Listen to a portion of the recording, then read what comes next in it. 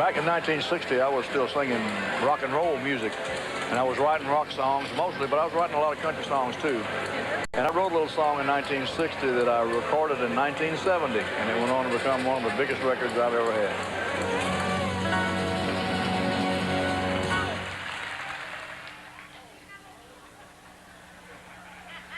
Hello, darling.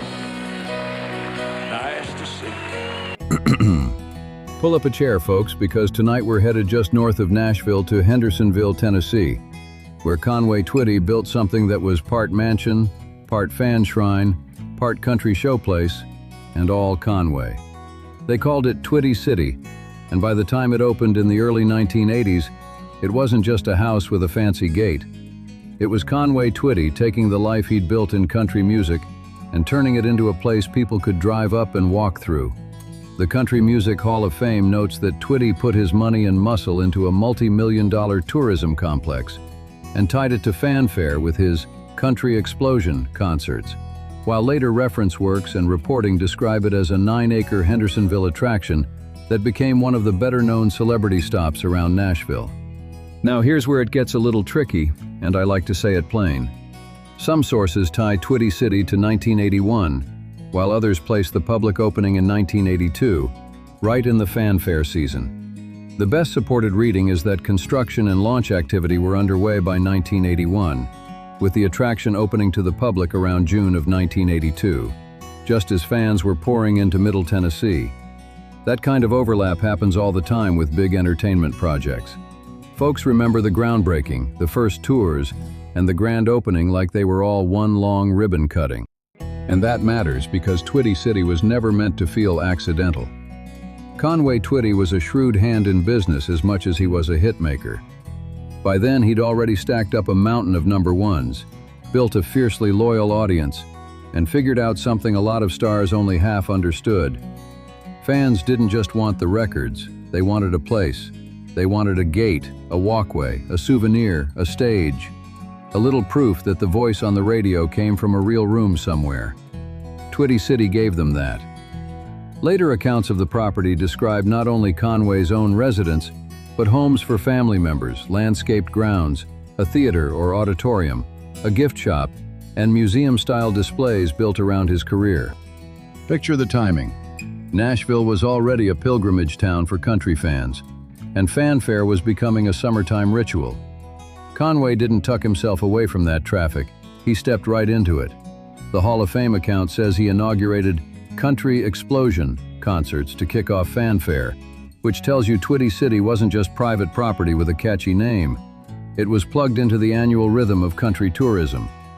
A UPI dispatch from 1983 even placed Twitty City alongside bigger Tennessee entertainment draws when talking about country music's commercial rise. That says a lot. In barely any time at all, this place had become part of the state's visitor map. What made it stick in people's minds was the way it mixed glamour with hominess. Twitty's stage image could be sleek, romantic, even a little mysterious.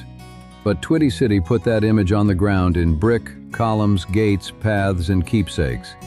It let fans get close without really getting close. That's the old country music trick right there. The star stays larger than life, but the setting says, "Come on in." You can see why bus tours loved it. You can see why families made a stop of it. And you can sure see why folks in Hendersonville came to think of it as more than one singer's real estate. Over time, it became a landmark. Later, Tennessee Encyclopedia entries still describe the former site as a draw because of its tours, memorabilia, mansion, and memorial gardens.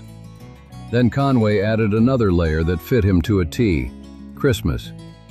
A 1982 UPI feature reported that his first annual Christmas at Twitty City included manufactured snow falling on the grounds. By the mid to late 1980s, trade coverage was advertising holiday attractions there, and another industry source described tens of thousands of lights and oversized decorations during the Christmas season. That tells you Twitty City wasn't standing still after opening day.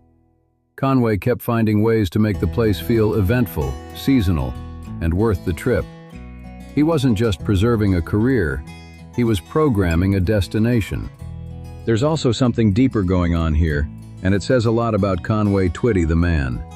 For all the jokes folks made over the years about the hair, the sideburns, the stage pose, or that velvet smooth delivery, he worked hard to build his own world.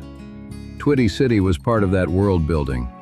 He had come from Friars Point, Mississippi, made his bones in rock and pop, crossed over into country, and then turned himself into one of the most successful voices the format ever had. Building a branded destination in Hendersonville was a way of saying he wasn't just passing through Nashville. He belonged to the place, and the place belonged a little bit to him. Of course, the story turns after Conway's death on June 5, 1993. The grounds that had been so closely tied to his name got pulled into the troubles surrounding the estate. The Los Angeles Times reported in June 1994 that Twitty City, then mired in litigation, was being bought by Trinity Broadcasting Network for $2.75 million, with the property including the homes, theater, gift shop, and landscaped grounds. Tennessee Encyclopedia entries agree that TBN bought the land in 1994, renamed it Trinity Music City, USA, and retained many of the original buildings. That sale closed one chapter and opened another, but it also proved just how substantial Conway's Hendersonville dream had become. This wasn't some roadside novelty. It was a serious property with a serious afterlife. And here's the part that really tells the tale. More than 30 years after Conway passed, people still fought over what should happen to that place. In January 2024, after tornado damage and redevelopment plans raised the prospect of demolition, local reporting showed a public outcry helped push owners to preserve the mansion instead. One station quoted TBN officials saying they had heard the sentiment of the city. Another called it the heart of the city. That is about as good a measure of legacy as you're ever gonna get. Twitty City mattered because it carried Conway's name, sure, but it lasted in memory because it became part of Hendersonville's own story. So when we talk about Twitty City, we're really talking about a moment when country stardom put down roots in concrete, hedges, gift shop shelves, and holiday lights. Conway Twitty took fame, turned it into a destination, and gave fans a place they could point to on a map. The opening of Twitty City was more than a ribbon cutting. It was Conway saying that country music didn't just live on records and stages.